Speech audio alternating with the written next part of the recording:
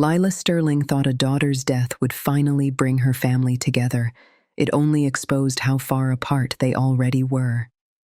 She never imagined how the silence of a funeral could become the loudest betrayal, driving her toward a quiet, cold, and precise form of power. I don't think I've ever heard someone sound so honest and so afraid of what they were becoming, as Lila did when she first spoke of that time. She had spent months preparing for the arrival of her baby girl, Aurora. Every tiny sock, every blanket folded with care, a quiet room finally filled with hope. After years of fertility struggles and 2 heartbreaking miscarriages, Lila truly believed the universe was finally being kind to her.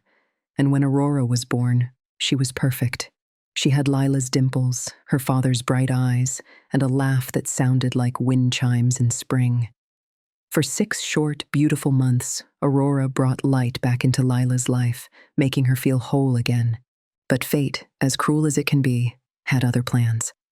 Aurora was only 6 months old when she fell seriously ill. It started as a fever, something doctors initially dismissed, but it escalated quickly. Within days, she was in the ICU.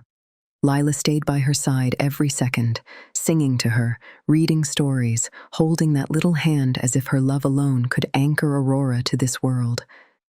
But on the 7th day, just as the morning sun was breaking through the hospital blinds, her tiny heart stopped. She was gone. The pain was, quite simply, indescribable. Lila didn't eat, didn't sleep. Her world collapsed. She desperately needed her family to rally around her. She needed them more than ever. But her brother Jordan called once, just once. Her parents, who had promised to fly in to support her, canceled at the last moment. The reason? Jordan had decided to throw a last-minute pool party at his new mansion to celebrate a promotion. And her parents, eager to bask in the glory of their golden child, chose to attend that instead of Aurora's funeral. Yes, they skipped Aurora's funeral for a party, a pool party. Lila sat alone at the small service. Just her husband, and a few close friends. No words from her parents, no flowers, no call, nothing. As if Aurora never existed. As if Lila's pain wasn't convenient enough to schedule around. She stood there clutching her baby's urn, staring at the empty row of seats she had reserved for her family. Her tears weren't just for Aurora anymore. They were for the part of her that finally realized she meant nothing to them, not compared to Jordan. Her parents sent a text 2 days later saying, "We thought it would be too painful to see you in that state. Hope you understand. Jordan's pool party was already planned. We'll come visit next month when things settle." Next month? Lila didn't reply. She didn't scream. She didn't beg them to see what they'd done. She simply sat down at her desk that night and started writing. Not a message, not a letter, but a plan. Quiet, precise, and cold. Because if they could choose their comfort over her child's farewell, then she could choose her peace over their presence. And Lila had something they didn't know. She wasn't just grieving. She was also growing. She was very quietly becoming powerful. After Aurora's funeral, Lila withdrew from everyone, including her husband for a time. But she didn't disappear. She rebuilt herself in silence. She dove headfirst into something she had put on hold for years. The nonprofit she had always dreamed of launching in memory of her grandmother, a pediatric nurse. She named it Aurora Light, a foundation offering free grief counseling and emergency care support to families who had lost children. She started small, virtual counseling sessions, fundraising dinners. But within months, Aurora's Light was being shared by influencers, pediatricians, grief therapists, and hospitals. Grieving mothers found community in their safe space. Donations poured in. Lila was interviewed by 2 local news stations. A month after that, a national morning show reached out. She went on air, trembling but proud, and told the story of Aurora, not the tragedy, but the spark she left behind. What her parents didn't know was that during those silent months, Lila had also inherited something else, something they had long forgotten. Her great-aunt Lillian had passed away quietly 2 years ago. She had no children of her own, and she and Lila were close, closer than Lila ever let on. Lillian left her entire estate, a massive trust, properties, stocks. Lila hadn't touched a cent of it until the day she saw a tagged Instagram photo of her parents lounging poolside at Jordan's mansion, holding glasses of champagne. The caption, "Celebrating family, only the best ones, of course." That was the moment Lila snapped. She used part of the inheritance to hire a private investigator, not to dig for dirt, but to research property, specifically the private resort frequently rented for family gatherings. The same one where her parents were photographed last year for Christmas, a celebration Lila hadn't been invited to. She bought it quietly through a shell company. Then she waited. 4 months later, Jordan sent out family invites to his biggest bash yet, a luxury summer weekend at that exact resort, promising a poolside brunch, live music, and no emotional drama this time, as he snidely wrote in the email thread. "My parents RSVP'd with a dozen heart emojis," Lila recalled.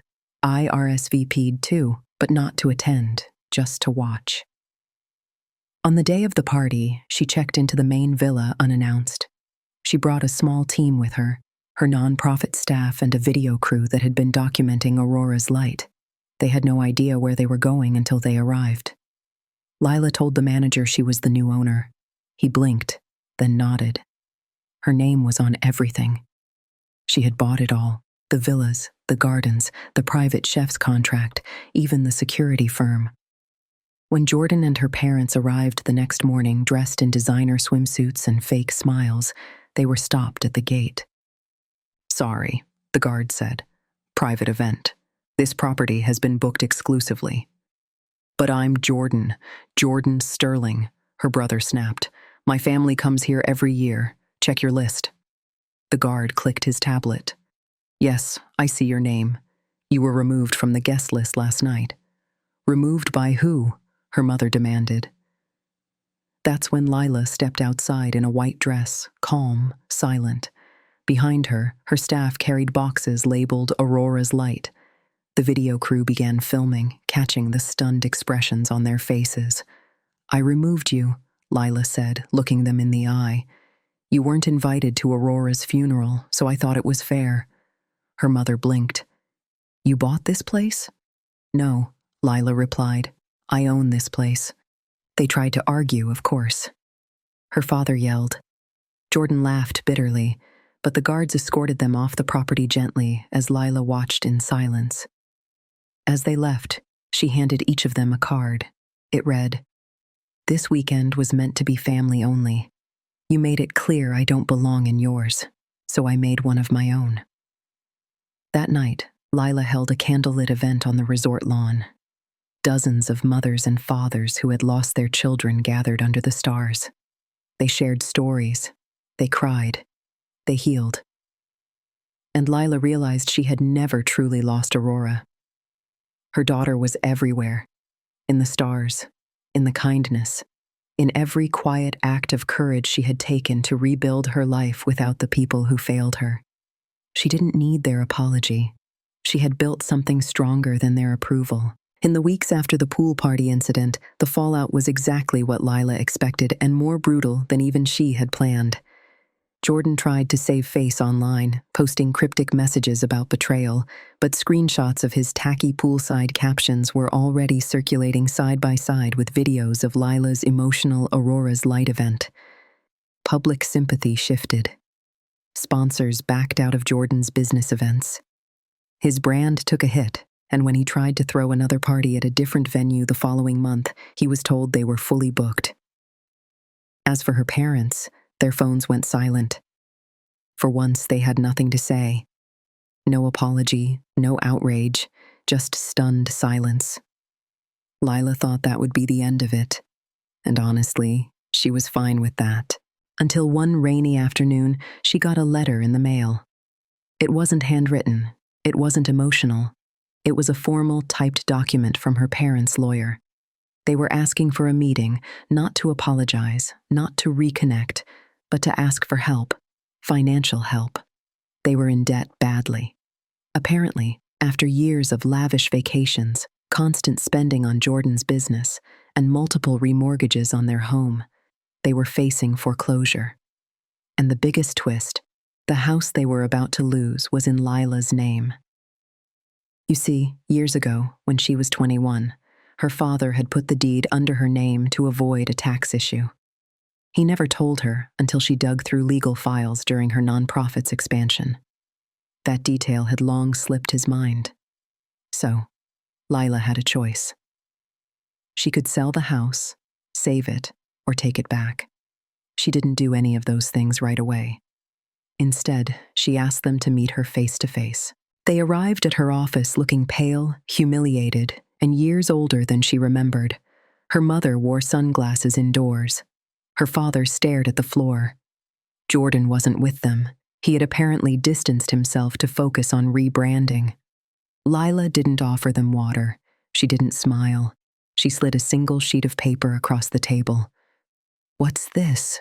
her mom whispered. "A letter," Lila replied. It said, "I forgive you, but I no longer owe you anything." And at the bottom was a transfer of property rights. They looked up in confusion. "You're giving the house back?" her father asked. Lila shook her head. "No, I'm donating it." "To who?" "To Aurora's Light," she said simply. "It's going to become a grief retreat for parents who've lost children and have nowhere to go. It'll be a space of peace, healing, safety, not shame." Her mother gasped. "You can't do that. That's our home."